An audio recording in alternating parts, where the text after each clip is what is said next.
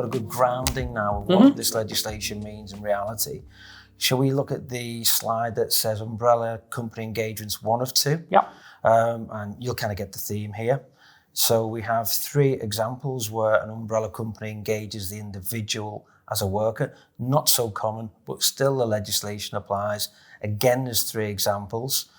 John, do you want to talk us through the 3 examples? Yeah, sure. So this, just to be clear, this is a situation where the umbrella worker is not an employee of the umbrella. So there's no employment contract. They're engaged as a worker. But because of the nature of that, and you may be aware of agency legislation and Section 44 and the SDC tests, there's supervision, direction, control tests, all that sort of thing, to use common parlance. They're encapsulated in a piece of existing legislation, Chapter 7 of ITPA. But it depends on the circumstances under which the contracts are brought in.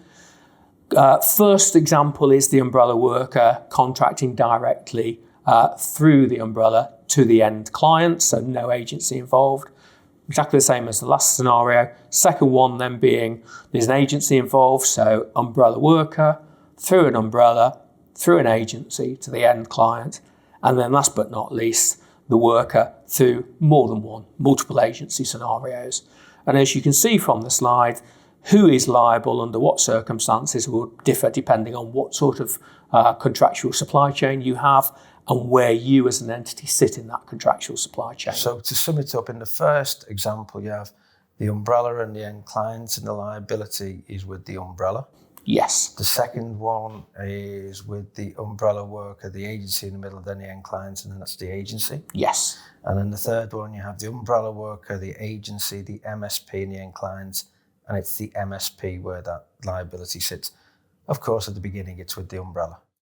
Indeed. So the same sort of thing is if there's any pay-as-you-earn then actually liability, it sits with the entity that's paying the worker, the umbrella company itself, albeit that it's not under the PAYE legislation as an employee in the normal course of events. It's a particular section which was introduced by Chapter 7.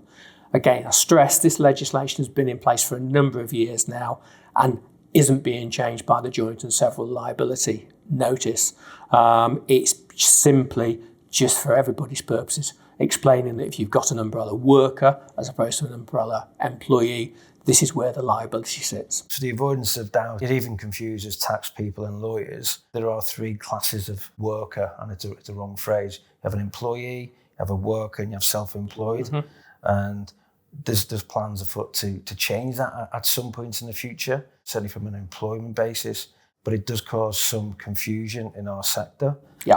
I think so a worker is not an employee and they're not self-employed. They have certain rights of an employee and certain rights of self-employed. I hate the phrase, but think hybrid.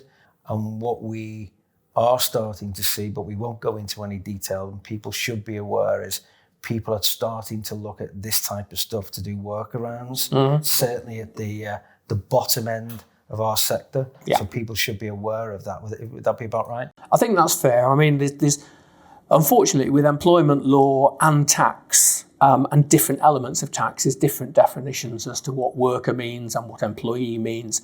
For the purposes of this legislation, it's somebody that's engaged to personally provide the services to a third party. So the end client is utilising the services of the worker rather than them being employed by the umbrella or the agency. And they are engaged under something which is supervised, directed or controlled, or the contract gives them a right to.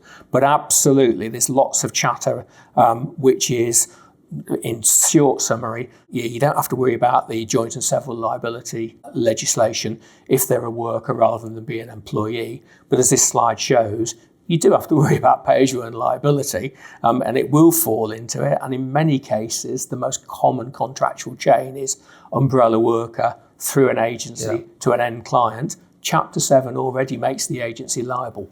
So anyone who's peddling that type of stuff is talking rubbish. Well, either that or they've found a new definition of the legislation which HMRC is going to accept in the court. Yeah. And I wouldn't be too keen on taking that to a tribunal. To use the phrase, the kicker that comes along at the end, which is the blooming big bus that's going to hit them is the changes with employment rights coming along. It's going to hit them anyway. Yeah. So no one can say it's got nothing to do with us. We're engaging them on one basis, but it doesn't affect other, because all sorts of things are going to come their way. Employment rights bill is one of them, isn't it? So I think it just confirms that you've got to, in your due diligence, either as an end client or an agency, fully understand what contracts you have in place, who's employing or not the worker, how is it all working in practice, who's operating pay-as-you-earn and NIC, and if it isn't being operated, who's liable. And if that's you or it's your client, then you probably know that you ought not to be doing it. And just to reiterate what we said, there's no magic bullet, there's no silver bullet, whatever terminology you want to use, there's no way out of it. Absolutely.